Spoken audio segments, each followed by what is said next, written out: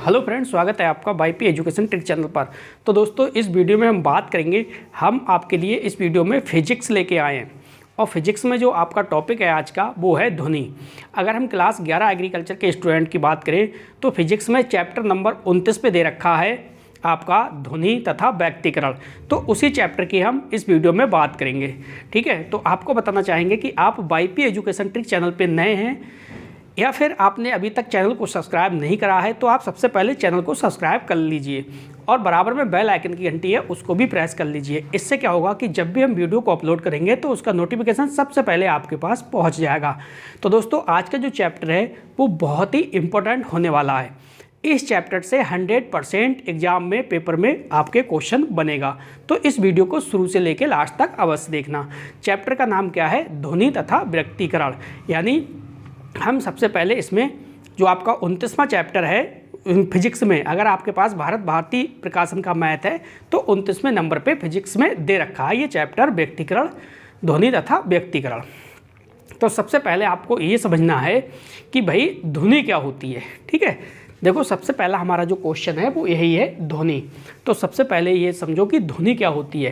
देखो ध्वनि क्या होता है, ध्वनि एक प्रकार का कंपन कह सकते हो या विक्षोभ कह सकते हो। इसी को हम क्या कहते हैं? ध्वनि कहते हैं। और ध्वनि जो ठोस द्रव गैस, ठोस द्रव गैस, ठीक है, इसमें क्या है? संचारित होती है। किसमें? ठोस द्रव और गैस में।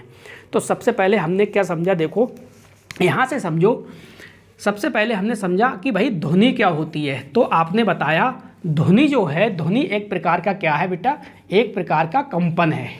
कंपन यह कह सकते हो आप विक्षोभ है। क्या है? विक्षोभ। ध्वनि एक प्रकार का कंपन है या विक्षोभ है, इसी को हम क्या कहते हैं? ध्वनि कहते हैं। या आप इस प्रकार से कह सकते हो कि जो हम कानों के द्वारा सुनाई देता है उसी को हम क्या कहते हैं? ध्वनि कहते हैं। या आप इस प्रकार से कह सकते हो जो कानों के द्वारा सुनाई देता है, कानों के द्वारा क्या करता है? सुनाई देता है, उसी को हम क्या कहते हैं? ध्वनि कहते हैं। ठीक है, अब जो दूसरा क्वेश्चन बनता है यहाँ पे ये बनता है कि भाई जो ध्वनि है वो किस प्रकार की तरंग है। तो ध्वनि जो है वो अनुदैर्ध्य तरंग है। किस प्रकार की तरंग है? अनुदैर्ध्य तरंग है। देखो छोटे छोटे क्वेश्चन मैं यहाँ पे कराऊंगा और आंकिक क्वेश्चन के लिए हमने सूत्र भी लिखे हैं। तो आपको डिटेल में ये वीडियो देखनी है शुरू से लेकर लास्ट तक, तब आपके समझ में अच्छे से आएगा। समझ रहे हो आप? तो आपने क्या समझा? आपने समझा पहले ध्वनि। ध्वनि क्या है? तो ध्वनि आपने समझा, ध्वनि एक कंपन या विक्षोभ है। या कह सकते हो कि कानों के द्वारा जो सुनाई देता है उसी को हम ध्वनि कहते हैं। ध्वनि जो है वो एक अनुदैर्ध्य तरंग होती है। कैसी? अनुदैर्ध्य तरंग होती है। अब बात करते हैं हम कि भाई प्रतिध्वनि क्या होता है। अब दूसरा क्वेश्चन बनता है कि प्रतिध्वनि क्या होता है। तो एक तो हो गया ध्वनि, दूसरा है प्रतिध्वनि। यानी प्रतिध्वनि का मतलब क्या होता है कि जब जो ध्वनि होती है ना, ध्वनि किसी तल से टकराकर जब हमें वापस सुनाई देती है तो उसी को हम क्या कहते हैं? प्रतिध्वनि कहते हैं। यानी जो ध्वनि होती है किसी तल से टकराकर वापस जो हमें सुनाई देती है उसी को हम क्या कहते हैं? प्रतिध्वनि कहते हैं। जैसे अगर मैं उदाहरण के तौर पर आपको बताऊं तो देखो, जैसे आप कुएं में आवाज़ लगाते हो और उस आवाज़ के कुछ टाइम के बाद जो पुनः आवाज़ आपको वापस सुनाई देती है, पुनः ध्वनि वापस सुनाई देती है, उसी को हम क्या कहते हैं? प्रतिध्वनि कहते हैं। क्या कहते हैं? प्रतिध्वनि कहते हैं। अब देखो यहाँ पे एक पॉइंट और समझो, प्रतिध्वनि। अब यहाँ पे एक पॉइंट ये है कि भाई स्पष्ट प्रतिध्वनि सुनने के लिए, स्पष्ट प्रतिध्वनि सुनने के लिए स्रोत और परावर्तित तल की जो दूरी है कम से कम 16.6 मीटर की होनी चाहिए। कितनी? 16.6 मीटर। यहाँ से क्वेश्चन बार बार पेपर में पूछा जाता है कि आप ये बताओ कि स्पष्ट प्रतिध्वनि सुनने के लिए स्रोत और परावर्तित तल की दूरी का कम से कम कितनी होनी चाहिए। तो आपका आंसर जो होगा वो होगा 16.6 मीटर। ठीक है, अगर आपसे पूछे आप ये बताओ ध्वनि की तरंग कैसी होती है, ध्वनि जो होती है वो कैसी तरंगदैर्ध्य है, तो आप बताओगे अनुदैर्ध्य तरंग होती है। ध्वनि क्या है? अनुदैर्ध्य तरंग है। अब देखो यहाँ पे हम तीन बातों की और चर्चा यहाँ पे करेंगे, श्रव्य ध्वनि तरंगे, अपश्रव्य ध्वनि तरंगे और पराश्रव्य ध्वनि तरंगे। तो सबसे पहले आप ये समझो भाई श्रव्य ध्वनि तरंगे क्या होती हैं। देखो श्रव्य ध्वनि की बात करें तो जो श्रव्य ध्वनि होती हैं इनको समझो पहले, श्रव्य के बाद पराश्रव्य और अपस्रब। यहाँ से क्वेश्चन कैसे करके बनता है ये मैं आपको बता रहा हूँ, ठीक है। आपसे सीधे सीधे ये पूछेगा कि आप ये बताओ कि भाई 20 हर्ट्ज से 20,000 हर्ट्ज के बीच की जो ध्वनि है, बीच की जो ध्वनि है उसको कौन सुनता है? तो आप कहोगे मनुष्य। जो मनुष्य सुनता है वो कौन सी ध्वनि सुनता है? तो आपका आंसर होगा श्रव्य ध्वनि। कौन सी ध्वनि सुनता है? श्रव्य ध्वनि सुनता है। कौन? मनुष्य, ठीक है, जो 20 हर्ट्ज से 20,000 हर्ट्ज के बीच में होती है। दूसरा क्वेश्चन यहाँ से ये बनता है कि आप ये बताओ अपश्रव्य ध्वनि, अपश्रव्य ध्वनि क्या होती है? तो आप कहोगे 20,000 हर्ट्ज से, सॉरी 20 हर्ट्ज से नीचे की जो ध्वनि होती है उसी को हम क्या कहते हैं? अपश्रव्य ध्वनि कहते हैं। अपश्रव्य में ध्यान रखना 20 हर्ट्ज से नीचे की जो ध्वनि होगी वो क्या होगी? अपश्रव्य ध्वनि होगी। नेक्स्ट है पराश्रव्य ध्वनि। तो पराश्रव्य ध्वनि भी पेपर में खूब पूछा जाता है। आपसे ये पूछेगा ये बताओ पराश्रव्य ध्वनि क्या है? तो आप ये बोलोगे भैया 20,000 हर्ट्ज से जो ऊपर की ध्वनि होती है उसी को हम क्या कहते हैं? पराश्रव्य ध्वनि कहते हैं। क्या? 20,000 हर्ट्ज से ऊपर की ध्वनि को हम क्या कहते हैं? इसे पराश्रव्य ध्वनि कहते हैं। और ये ध्वनि कौन सुनता है? तो आप बताओगे कि जो पराश्रव्य ध्वनि तरंगे हैं, पराश्रव्य तरंगे जो हैं वो सुनता है, देखो कुत्ता सुनेगा, बिल्ली सुनेगी, चमगादड़ और डॉल्फिन मछली, ये पराश्रव्य ध्वनि तरंगों को सुनते हैं। तो आपने 3 प्रकार की तरंगे ये सुन ली। कौन कौन सी? श्रव्य ध्वनि तरंगे, पराश्रव्य ध्वनि और अपश्रव्य और पराश्रव्य। श्रव्य तरंगे आपको पता है मनुष्य सुनता है। मनुष्य कौन सी तरंगे सुनता है, कौन सी ध्वनि सुनता है? तो श्रव्य ध्वनि सुनता है। 20 हर्ट्ज से 20,000 हर्ट्ज के बीच में होती है। अपश्रव्य ध्वनि 20 हर्ट्ज से नीचे होती है।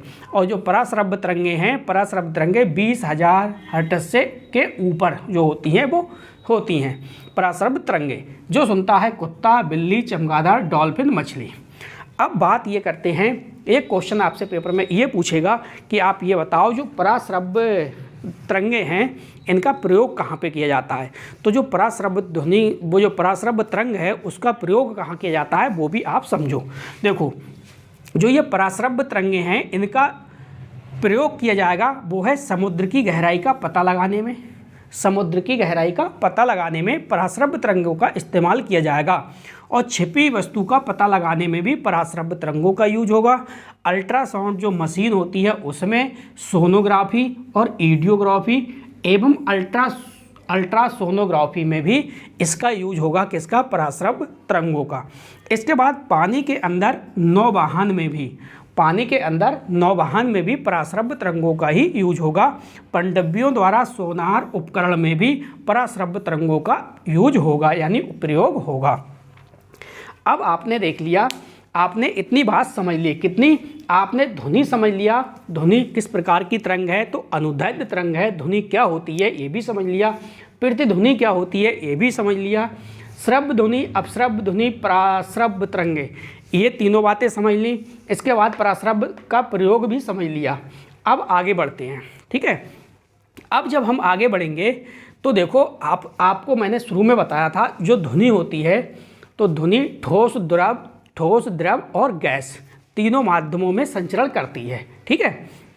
इसमें क्या है, सबसे ज़्यादा जो है वो ठोस में, इसके बाद द्रव में और उसके बाद गैस में। सबसे ज़्यादा जो ध्वनि संचरण किस में करेगी? ठोस में, इसके बाद द्रव में, इसके बाद गैस में। तो देखो ठोस की अगर हम बात करें तो ठोस में सबसे जो ज़्यादा है वो किस में है? इस्पात में है। किस में? इस्पात में। अब ध्वनि की जो चाल होती है, ध्वनि की चाल किस में चलती है? मीटर प्रति सेकंड में, ठीक है, ये ध्यान रखना, मीटर प्रति सेकंड में। तो जो ठोस है, ठोस जो आपका इस्पात है ये 5960 मीटर प्रति सेकंड है। सबसे ज़्यादा किसमें? ठोस में। और ठोसों में भी सबसे ज़्यादा किसमें? इस्पात में। किसमें? इस्पात में, ठीक है। इसके बाद आ जाओ आप द्रव, दूसरे नंबर पे द्रव। तो द्रव में किसमें? समुद्री जल है। समुद्री जल में कितना? 1533 मीटर प्रति सेकंड। 1533 मीटर प्रति सेकंड किसमें? समुद्री जल में। अगर हम द्रव की बात करें तो द्रव में आपको ध्यान रखना है सबसे ज़्यादा है समुद्री जल में, कितना 1533। इसके बाद आ जाओ तीसरे नंबर पे गैस में। किसमें? गैस में। और गैस में सबसे ज़्यादा किसमें है? वो है H फॉर हाइड्रोजन। हाइड्रोजन में कितना? 1270। हाइड्रोजन में कितना है? 1270 मीटर प्रति सेकेंड। अगर मैं आपसे ये पूछूं, आप ये बताओ वायु में ध्वनि की चाल कितनी होती है, तो आपका आंसर सीधे सीधे क्या होगा? वायु में ध्वनि की चाल 332 मीटर प्रति सेकेंड। ये क्वेश्चन भी लिख लो। अगर आपसे पूछे पेपर में सीधे सीधे वायु में ध्वनि की चाल, वायु में ध्वनि की चाल पूछेगा, वायु में ध्वनि की चाल कितनी है? होती है 332 मीटर प्रति सेकेंड। ये भी ध्यान रखना। तो ये वायु में हो गई। और वायु क्या है? ये वायु क्या है? गैस है। ठीक है, गैस में सबसे ज़्यादा हाइड्रोजन में कितना? 1270 मीटर प्रति सेकेंड। चाल कितनी होगी? चाल होगी 1270 मीटर प्रति सेकेंड। अगर हम द्रव में बात करें तो द्रव में सबसे ज़्यादा होगी समुद्री जल में, कितना? 1533 मीटर प्रति सेकेंड। अगर हम ठोस की बात करें तो ठोस में सबसे ज़्यादा इस्पात में 5960 मीटर प्रति सेकेंड। तो इतनी बात आपकी समझ में आ गई। अगला क्वेश्चन आपसे पूछा जाएगा कि ध्वनि की तीव्रता है उसको किस में मापा जाता है, तो आपका आंसर होगा डेसिबल में। किसमें? आपका आंसर जो होगा वो होगा डेसिबल में। यानी जो ध्वनि की तीव्रता है, ध्वनि की तीव्रता को डेसिबल में मापा जाता है। इतनी बात आपकी समझ में आ गई। अब देखो, जो मनुष्य क्या, अपने लोग सामान्य वार्तालाप करते हैं, ठीक है, जो आपस में बातचीत करते हैं, तो उसके लिए पैमाना निर्धारित किया गया है। WHO के अनुसार कितना है? 45 dB, यानी 45 डेसिबल की जो ध्वनि है वो सामान्य ध्वनि कहलाएगी। इसके बाद है, अगर देखो 45 से अगर कहीं ये पहुंच गई 75 डेसिबल से अधिक हो गई, तो इसका नकारात्मक प्रभाव पड़ेगा किस पर? मनुष्य पर। अगर आप ध्वनि सुनते हो कितनी? 75 डेसिबल से अधिक, तो आप पे, आपके कानों पे क्या पड़ेगा? नेगेटिव प्रभाव पड़ेगा, नकारात्मक प्रभाव पड़ेगा। अधिक ध्वनि यानी ध्वनि शोर किसे कहा जाएगा? कितनी कह सकते हो आप? कितनी डेसिबल से अधिक? तो देखो, ध्वनि शोर जो है वो कहा जाता है 80 डेसिबल से अधिक।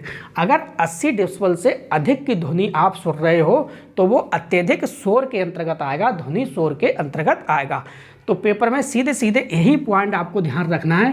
WHO के अनुसार 45 जो डेसिबल की ध्वनि है वो सामान्य बातचीत के लिए उपयुक्त मानी गई है। इतनी बात आपके समझ में आ गई। अब देखो, अब चलेंगे अपने सूत्र की ओर। कौन कौन से सूत्र इसमें लगेंगे और कौन कौन से सूत्र इम्पोर्टेंट हैं, यहाँ से आंकिक क्वेश्चन बनेंगे। तो अभी वीडियो काफ़ी लंबा होने वाला है, इसको शुरू से लेके लास्ट तक आपको देखना है। देखो, सबसे पहले आपका ये वाला सूत्र है V1/V2 बराबर λ1/λ2।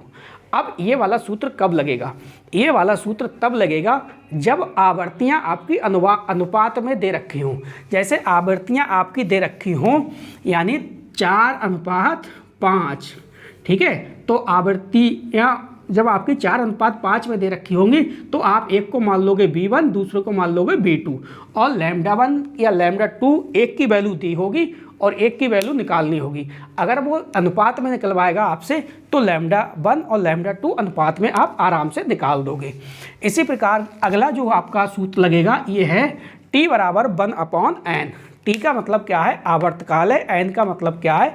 आपकी n का मतलब क्या है? अपनी कंपनों की संख्या बोल सकते हो यहाँ पे, या सीधे सीधे कह सकते हो आवर्ती n है, ठीक है। आप स्क्रीनशॉट ले लीजिए पहले। तो आपने क्या समझा? एक सूत्र आपने ये समझा और दूसरा सूत्र आपने ये समझा, आवर्तकाल निकलवाएगा। जहाँ पे भी आवर्तकाल निकलवाएगा तो आवर्तकाल बराबर 1/n हो जाएगा। n क्या है? आवर्ती है। t क्या है? आवर्तकाल है। इतनी बात समझ में आ गई। नेक्स्ट जो है आपका तीसरा सूत्र है n बराबर 1/t, यानी आपसे क्वेश्चन में आवर्ती निकलवाएगा। आवर्ती यानी n, और दिया क्या होगा? दिया होगा उसने आवर्तकाल, ठीक है। इसके बाद जो अगला सूत्र है वो है u बराबर b इंटू लैम्डा। अब देखो, इसको आपको समझना है। u क्या है? u आपका है तरंग वेग।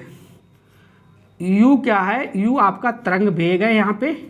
और b आपका क्या है? बी आपकी यहाँ पे आवृत्ति है, बी क्या है यहाँ पे आवृत्ति है, और लैम्डा क्या है, लैम्डा आपका तरंगदैर्ध्य है। तो U बराबर B इंटू लैम्डा, ये सूत्र भी लगेगा। अच्छा, ये सूत्र भी आपको ध्यान रखना है, B बराबर होता है एन लैम्डा, B बराबर एन लैम्डा। अगर यहाँ से मान लो लैम्डा निकलवाए तो लैम्डा बराबर क्या हो जाता है, लैम्डा बराबर हो जाता है B अपॉन वो, देखो यहाँ पे निकलवा रहा है B बराबर एन लैम्डा है। अगर आपसे एन निकलवाए तो हो जाएगा B अपॉन लैम्डा। देखो एन बराबर B अपॉन लैम्डा, ये वाला जो सूत्र है वो इस वाले सूत्र से बना है, इस वाले सूत्र से ये वाला सूत्र बना है। क्लियर? इसी में निकलवाएगा चाल बराबर निकलवाएगा तो दूरी बटे समय, चाल बराबर ध्यान रखना है दूरी बटे समय। जो दूरी बटे समय होगा, चाल जो निकल के आएगी वो मीटर प्रति सेकंड में निकल के आएगी, ये भी ध्यान रखना है। इसके बाद औसत चाल का जो सूत्र होता है वो होता है 2ab upon a plus b metre प्रति सेकंड में। यहाँ पे ab का मतलब है a2, इनकी तीनों की क्या है, आपस में मल्टीप्लाई है, ab कोई संख्या दी होगी। ठीक है, चलिए आगे बढ़ते हैं, आप स्क्रीनशॉट इसका ले सकते हैं। तो दोस्तों आगे समझिए, आगे जो हमारी अगली हेडिंग है वो है तरंगों के प्रकार। देखो तरंगों के प्रकार आपको यहाँ पे समझना है। ठीक है, क्या समझोगे आप? तरंगों के प्रकार, एक मिनट रुकिए। तो जो तरंगों के प्रकार हैं, ये तरंगें दो प्रकार की होती हैं। कौन कौन से दो प्रकार हैं? देखो तरंगें दो प्रकार की होती हैं, एक है यांत्रिक तरंगें। कौन सी? यांत्रिक तरंगें। और दूसरी तरंगें हैं वो हैं विद्युत चुंबकीय तरंगें। कौन सी? विद्युत चुंबकीय तरंगें। तो तरंगों के प्रकार आपने समझे, दो प्रकार की होती हैं तरंगें। यांत्रिक तरंगें, पहले नंबर पे यांत्रिक तरंगें, और दूसरे नंबर पे है विद्युत चुंबकीय तरंगें। अब हम यांत्रिक तरंगों को पढ़ेंगे। तो देखो यांत्रिक जो तरंगें होती हैं ये दो प्रकार की होती हैं। पहले नंबर पे आपका अनुप्रस्थ तरंगें, यहाँ से क्वेश्चन बनता है अनुप्रस्थ तरंगें। दूसरी जो तरंगें होती हैं वो होती हैं अनुदैर्ध्य तरंगें। दूसरी जो कौन सी हैं? अनुदैर्ध्य तरंगें। तरंगों के जो प्रकार हैं मेनली दो प्रकार हैं, यांत्रिक तरंगें, विद्युत चुंबकीय तरंगें। और जो यांत्रिक तरंगें हैं, यांत्रिक तरंगें दो प्रकार की हैं। नंबर 1 है अनुप्रस्थ तरंगें, दूसरा है अनुदैर्ध्य तरंगें। जो क्वेश्चन बनते हैं वो यहाँ से बनते हैं, अनुप्रस्थ तरंगें अनुदैर्ध्य तरंगों से। तो देखो अनुप्रस्थ तरंगों के मैं उदाहरण आपको बता दे रहा हूँ, कौन कौन से उदाहरण हैं जिनको हम अनुप्रस्थ तरंगें बोलेंगे, क्योंकि यहाँ से एग्जाम्पल पेपर में पूछा जाता है। जैसे वो आपसे कहेगा कि आप ये बताओ जो प्रकाश तरंगें हैं वो किस प्रकार की तरंगें हैं। तो जो प्रकाश तरंगें हैं वो आपकी अनुप्रस्थ तरंगें हैं। दूसरा है भूकंपीय तरंगें, तो आपकी जो भूकंपीय तरंगें जो होती हैं वो आपकी अनुप्रस्थ तरंगों के अंतर्गत आएंगी। तीसरी जो बात है वो है स्थिर जल में पत्थर फेंकने पर उत्पन्न तरंगें। जैसे मान लो तालाब है, तालाब का जल एक स्थिर है और आप उसमें पत्थर फेंकते हो, तो पत्थर फेंकने पे जो उसके अंदर, तालाब के अंदर जो उत्पन्न तरंगें होती हैं वो किस प्रकार की तरंगें हैं। तो देखो आपका आंसर हो जाएगा वो अनुप्रस्थ तरंगें हैं। किस प्रकार की तरंगें हैं? अनुप्रस्थ तरंगें हैं। नेक्स्ट है डोरी युक्त यंत्रों में उत्पन्न तरंगें, यानी डोरी युक्त यंत्रों में उत्पन्न तरंगें, ये सितार, गिटार, बीड़ा। जैसे हम बात करें, यानी जो डोरी युक्त यंत्रों में उत्पन्न तरंगें होती हैं वो कैसी हैं? वो अनुप्रस्थ तरंगें हैं। और जैसे अगर हम एग्जाम्पल में कहें तो भाई वो सितार है, गिटार है और बीड़ा है, ये सब क्या है? अनुप्रस्थ तरंगों के उदाहरण हैं। ठीक है, तो यहाँ से खूब पेपर में पूछा जाता है। अब देखो दूसरे नंबर पे अगर हम बात करें अनुदैर्ध्य तरंगें, तो देखो पेपर में सबसे क्वेश्चन जो ज़्यादा बार पूछा गया है वो यही है कि ध्वनि कैसी तरंग है। तो ध्वनि एक अनुदैर्ध्य तरंग है। नेक्स्ट है सर्पलाकार स्प्रिंग में उत्पन्न तरंगें। जो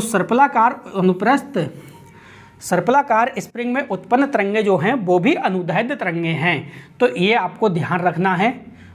ठीक है, अनुप्रस्थ तरंगें और अनुदैर्ध्य तरंगें। अब हम चलते हैं विद्युत चुंबकीय तरंगें। तो विद्युत चुंबकीय तरंगें कौन कौन सी हैं उनको समझो। देखो गामा किरणें क्या हैं? विद्युत चुंबकीय तरंगें हैं। इसी प्रकार से एक्स किरणें अभी आपकी विद्युत चुंबकीय तरंगें हैं। पराबैंगनी किरणें, दृश्य किरणें, अवरक्त किरणें, रेडियो और सूक्ष्म किरणें। ठीक है, ये सब की सब क्या हैं? विद्युत चुंबकीय तरंगें हैं। अब यहाँ पे हम ट्रिक का इस्तेमाल करेंगे और ट्रिक के माध्यम से इनके खोजकर्ता को आराम से याद करेंगे। जैसे पेपर में पूछा जाता है कि गामा किरणों के खोजकर्ता कौन है, या एक्स किरणों के खोजकर्ता कौन है, या पराबैंगनी किरणों के खोजकर्ता कौन है, या दृश्य किरणों के खोजकर्ता कौन है, तो इसको हम ट्रिक के माध्यम से याद करेंगे। ठीक है, तो आगे जो हम चलते हैं और आगे अपने लोग याद करेंगे इसके खोजकर्ता के लिए।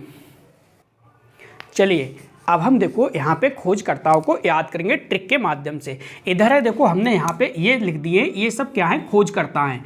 तो ये खोजकर्ता है और ये क्या है, विद्युत चुम्बकीय तरंगे हैं। जैसे एक्स किरणों के खोजकर्ता कौन है, ये पूछेगा। एक्स किरणों के खोजकर्ता, परावैंगनिक किरणों के खोजकर्ता, दृश्य किरणों के खोजकर्ता, अवरक्त किरणों के खोजकर्ता, लघु रेडियो तरंगों के खोजकर्ता, दीर्घ रेडियो तरंगों के खोजकर्ता। तो देखो एक क्वेश्चन ये भी आपको याद करना है, आपसे पेपर में पूछेगा कि डॉपलर प्रभाव है वो किससे संबंधित है। तो जो डॉपलर प्रभाव है किससे संबंधित है, ध्वनि से संबंधित है, ये आपको ध्यान रखना है। पूछेगा पेपर में डॉपलर प्रभाव किससे संबंधित है, तो आपका आंसर क्या होगा, ध्वनि से संबंधित है। ठीक है, अब देखो आगे देखो, अब जैसे आपसे पेपर में पूछेगा कि आप ये बताओ गामा किरणों के खोजकर्ता कौन है, किसके, गामा के। ठीक है, तो देखो आपको बिल्कुल ट्रिक से याद कराऊंगा मैं, बिल्कुल सिंपल ट्रिक्स के आपको याद हो जाएगा। मैं आपसे कह रहा हूँ भाई गामा के में देखो गम है, गामा में क्या आ रहा है, गम है। मैं आपसे कह रहा हूँ गम मत पाल, क्या है, गम मत पाल, गम मत पाल। तो देखो गम से क्या है, गामा किरणें याद रखना, और मत पाल, पाल से याद रखना है पाल बिलाड। जहाँ पे पाल बिलाड रखेगा तो आपको ध्यान आ जाएगा कि गम मत पाल, यानी गामा किरणों के जो हैं वो पाल बिलाड है। इसी प्रकार है एक्स किरणें, तो एक्स किरणों के ज़्यादातर बच्चों को याद होता है, एक्स किरणों के खोजकर्ता कौन है, वो हैं आपके रोंटगेन, ये सबको याद होता है, तो इसकी मैं ट्रिक आपको नहीं बताने वाला। इसके बाद है परावैंगनिक किरणें, तो परावैंगनिक किरणों की आपको ट्रिक मिलेगी क्योंकि ये आप भूल जाते हो। तो देखो परावैंगनी में क्या है, बैगनी। ठीक है, मैं आपसे कह रहा हूँ ये क्या है, बैगनी। परावैंगनी में क्या है, बैगनी। मैं आपसे कह रहा हूँ बैगनी रट मत, बैगनी रट मत। देखो रट क्या है, रीटर, रट मतलब रीटर, यानी बैगनी रंग है उसको रट मत, रट से क्या है, रीटर, रट से क्या है, रीटर, ये ध्यान रखना है। अब देखो अगला है दृश्य विकिरण। अब दृश्य की विकिरण की बात हो रही है, अब मैं आपसे कह रहा हूँ कि न्यू दृश्य देख। ये तो बार बार दृश्य आपने देख लिया, क्या है, न्यू दृश्य देख। न्यू से ध्यान रखना है न्यूटन, यानी जो दृश्य विकिरण है, दृश्य विकिरण के जो खोज करता है वो कौन है, न्यूटन। यानी एक बार आपने दृश्य देख लिया तो आप न्यू दृश्य देखिए हर बार, कि भाई बार बार एक ही दृश्य देखते रहोगे। तो दृश्य मतलब न्यू दृश्य मतलब न्यूटन। इसी प्रकार है अवरक्त किरणें। अवरक्त किरणें के खोजकर्ता कौन है, तो यहाँ पे देखो आ रहा है रक्त, इसमें क्या है, रक्त। अब मैं आपसे कह रहा हूँ कि आप रक्त को देखकर हंस मत, रक्त को देखकर हंस मत। देखो इसमें क्या आ रहा है, हंस। अगर हर्षेल है, हर्षेल में हंस आप ध्यान रखना, क्या है, हंस। मैं आपसे कह रहा हूँ रक्त है, रक्त को देखकर क्या है, हंस मत। हंस से क्या है, हर्षेल, यानी हर्षेल ने की है किसकी, अवरक्त किरणों की खोज। इसी प्रकार से देखो आपसे पूछेगा कि आप ये बताओ लघु रेडियो तरंगों हैं उसकी खोज बताओ, उसकी खोज किसने की है। तो ये है हेनरिक हर्टज। कौन है, हेनरिक हर्टज। अब देखो कहीं पे भी हर्टज नहीं आएगा, ठीक है। अब जब भी लघु की बात आए, जब भी लघु रेडियो की बात आए, लघु रेडियो तरंगों की बात आए, तो आप क्या कहोगे, हट यार, हट नग, हट से क्या है, हर्टज। यानी जिसके नाम के आगे हर्टज लगा हो तो समझ लेना वही क्या है, लघु रेडियो तरंगों के खोज करता है, यानी हेनरिक हर्टज। ठीक है, या आप इसमें याद रखो नागरिक। देखो नरिक है, हेनरिक है, हेनरिक में क्या है, नागरिक। तो नागरिक क्या है, लघु रेडियो तरंगों की खोज करता है। इस प्रकार से आप इसे याद कर सकते हो। अगला है देखो मार्कोनी। मार्कोनी ने किसकी खोज की है, दीर्घ रेडियो तरंगे। अब इसमें आ रहा है दीर्घ रेडियो तरंगे। अब देखो दीर्घ, ठीक है, दीर्घ क्या है, लघु मतलब छोटा, दीर्घ मतलब बड़ा। अब जहाँ पे भी दीर्घ रेडियो तरंगों की बात आए तो आप ध्यान रखना दीर्घ में क्या है, मार्कोनी आपको ध्यान रखना है, मार्कोनी। यानी दीर्घ रेडियो तरंगों की जब भी बात आएगी तो आपको मार्कोनी याद रहेगा। एक बार जल्दी से मैं ट्रिक से फिर से याद करा देता हूँ, ये 1-2 बार देखोगे हमेशा के लिए आपके माइंड में सेट हो जाएगा। देखो गम मत पाल, गम से गामा किरणें और पाल से है पाल ब्याड। एक्स किरणें सबको याद होता है, ये रोंटगेन है। बैगनी क्या है, रट मत, रट का मतलब है रीटर, ठीक है, रीटर है। दृश्य किरणें, दृश्य विकिरण, मैं आपसे कह रहा हूँ बार बार एक ही दृश्य मत देखो, न्यू दृश्य देखो। न्यू से क्या है, न्यूटन। इसी प्रकार है अवरक्त किरणें। अवरक्त में क्या है, रक्त देख के क्या है, हंस मत। हर्ष से क्या हो जाएगा, हर्षेल। हर्ष से क्या हो जाएगा, हर्षेल। लघु रेडियो तरंगे, तो लघु रेडियो तरंगे यानी क्या है, ये किसमें आएगा? लघु हर्ट्ज, हर्ट्ज, ठीक है, हर्ट्ज यानी हेनरिक हर्ट्ज। इसी प्रकार है दीर्घ रेडियो तरंगे। मैं आपसे कह रहा हूँ दीर्घ, दीर्घ क्या होता है? बड़ा, लघु क्या होता है? छोटा, यानी दीर्घ यानी मार्कोनी इसके, मार्कोनी इसके, तो ये ध्यान रहेगा मार्कोनी, ठीक है। अब चलेंगे आंकिक क्वेश्चन की ओर, जल्दी से कर लेते हैं आंकिक क्वेश्चन। 6 से 7 अंक के क्वेश्चन हम आपको इस वीडियो में बताने वाले हैं। चलो देखिए, आपके सामने 3 अंक के क्वेश्चन हमने बोर्ड पे लिख दिए। आपको बताना चाहेंगे कि देखिए ये 29वां चैप्टर है और यहाँ से क्वेश्चन यूपी बोर्ड के एग्जाम में बनना ही बनना है। तो आपको बता दूँ, इस वीडियो के डिस्क्रिप्शन में जाइए, वहाँ पे मैंने 2 वीडियो की लिंक डाल दी हैं। ये चैप्टर बिल्कुल कंप्लीट आपको वहीं पर मिलेगा। दोनों की दोनों वीडियो आप शुरू से लेकर लास्ट तक देखना, सारा का सारा आपको टॉपिक जो है, कॉन्सेप्ट जो है वो क्लियर आपका हो जाएगा, ठीक है। अगर आप व्हाट्सअप ग्रुप से जुड़ना चाहते हैं तो इस वीडियो के डिस्क्रिप्शन में मैंने अपने व्हाट्सअप ग्रुप की जो क्लास 11 एग्रीकल्चर का है उसकी लिंक दे रखी है, तो आप व्हाट्सअप ग्रुप से भी जुड़ जाइए, ठीक है। वहाँ पे मैं लगातार आपके लिए कुछ ना कुछ आपकी हेल्प करता रहूँगा। वहाँ पे वीडियो की लिंक जो है वो सेंड करता रहूँगा, वहाँ से आप देख लेना। तो देखो ये क्वेश्चन आपके सामने है, बिल्कुल सिंपल सा क्वेश्चन है, ऐसे ही पेपर में क्वेश्चन पूछे जाते हैं। एक सूर्यवृत्त का आवर्तकाल 1/240 सेकेंड है, तो उसकी आवृत्ति ज्ञात कीजिए। दूसरा क्वेश्चन ये कह रहा है कि एक सूर्यवृत्त आवृत्ति 400 प्रति सेकेंड है, तो उसका आवर्तकाल ज्ञात कीजिए। तीसरा जो क्वेश्चन है वो है एक तरंग की आवृत्ति 120 हर्ट्ज है, यदि इसका जो वेग है, यदि क्वेश्चन में मैं चेक कर लेता हूँ यहाँ पे क्या आएगा,